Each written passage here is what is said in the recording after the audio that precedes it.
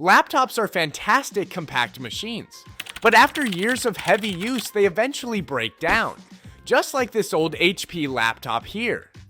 However, if this ever happens to your laptop, do not throw it away. We can actually repurpose it into something incredibly cool.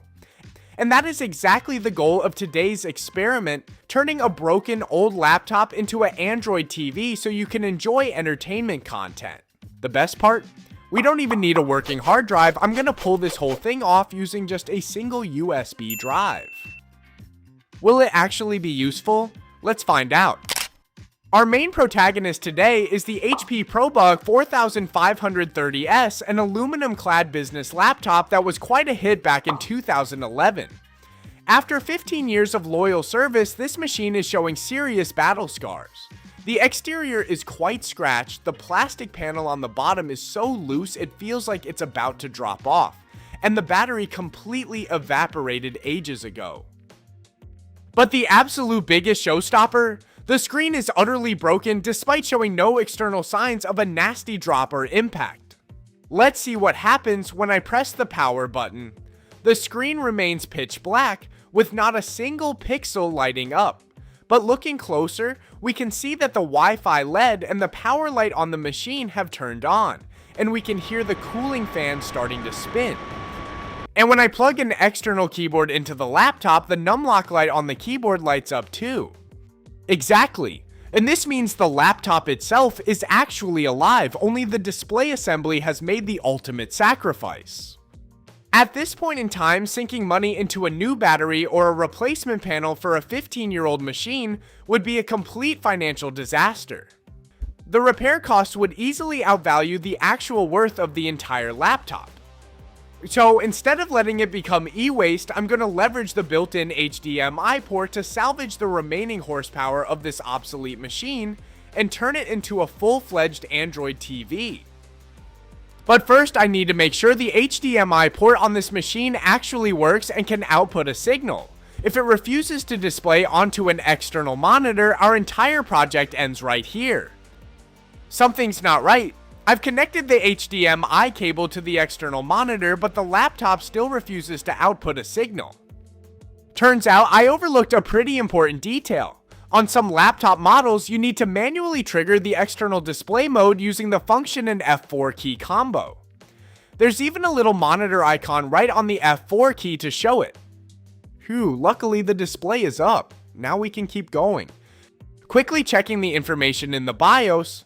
This machine is running an i5-2450M CPU and 4GB of RAM. This configuration is quite modest at the present time, but at least this level cannot be said to be completely outdated yet.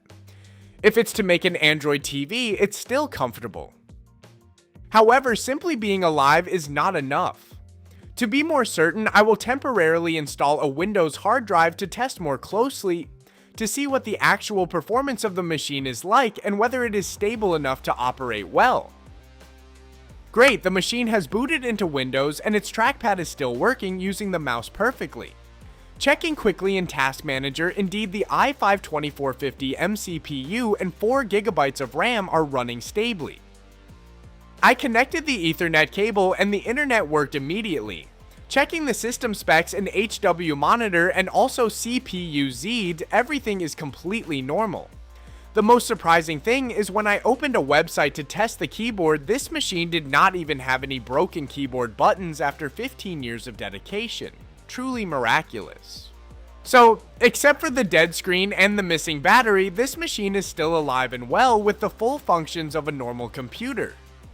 You see, sometimes we think that old machines like this are broken and throw them away, but in reality their internals might still be working flawlessly without us even knowing. Alright, so the hardware is completely fine. Now to the main point, we will proceed to turn this HP laptop carcass into a complete Android TV. And just like I mentioned at the beginning of the video, this project doesn't require a hard drive at all. We are going to turn this machine into an Android TV using just a single USB drive. I mean, this isn't just for this broken old laptop, we can plug this USB into absolutely any other computer and you'll get a fully functional Android TV experience. Too convenient and flexible, right? To get started, we need the Android TV installation ISO file. I'll leave a Google Drive link in the video description below so you can download it if needed. And a huge shout out to Techie Druid for sharing this installation file with us. After downloading the file, we will use the familiar tool Rufus to load Android TV into the USB. Right here, please select your correct USB device, point the path to the recently downloaded Android TV ISO file, and remember to ensure the file system format must be FAT32. Press start for Rufus to begin its work. Please note that this process will erase all old data in the USB, so remember to back up beforehand. When Rufus finishes running, we already have an Android TV USB drive here, but it is still not done yet. We still have one important step. At this time, inside the USB drive, you will see a compressed file named data 4 GB. Our job is to right-click Select Extract here to extract it right on the spot. After extracting, we will obtain a file named data.img.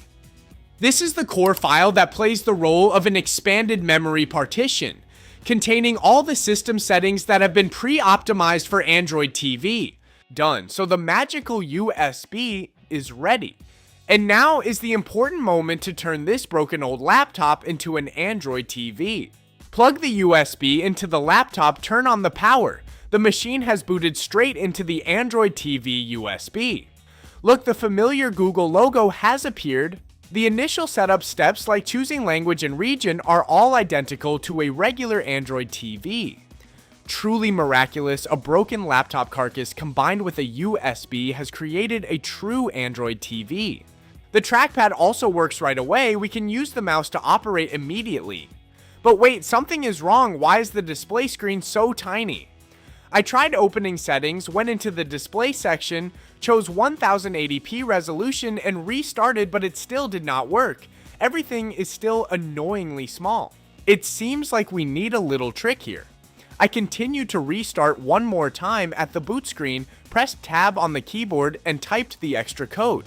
Video equals 1920 by 1080. And boom. The screen is stretched across the entire frame. This time looks good. I will try right away with the national app, YouTube. Wow, it is smooth beyond expectations. And I realized one more interesting thing, which is the original speaker set of this HP machine still works,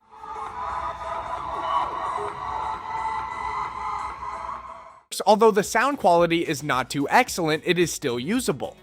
I played a few videos at 1080p and it runs very stably, smoothly without any stuttering or lagging phenomenon. This Core i5 Gen 2 and 4 GB RAM configuration, if running Windows in 2026, is truly a torture, but it is actually much stronger compared to a conventional Android TV.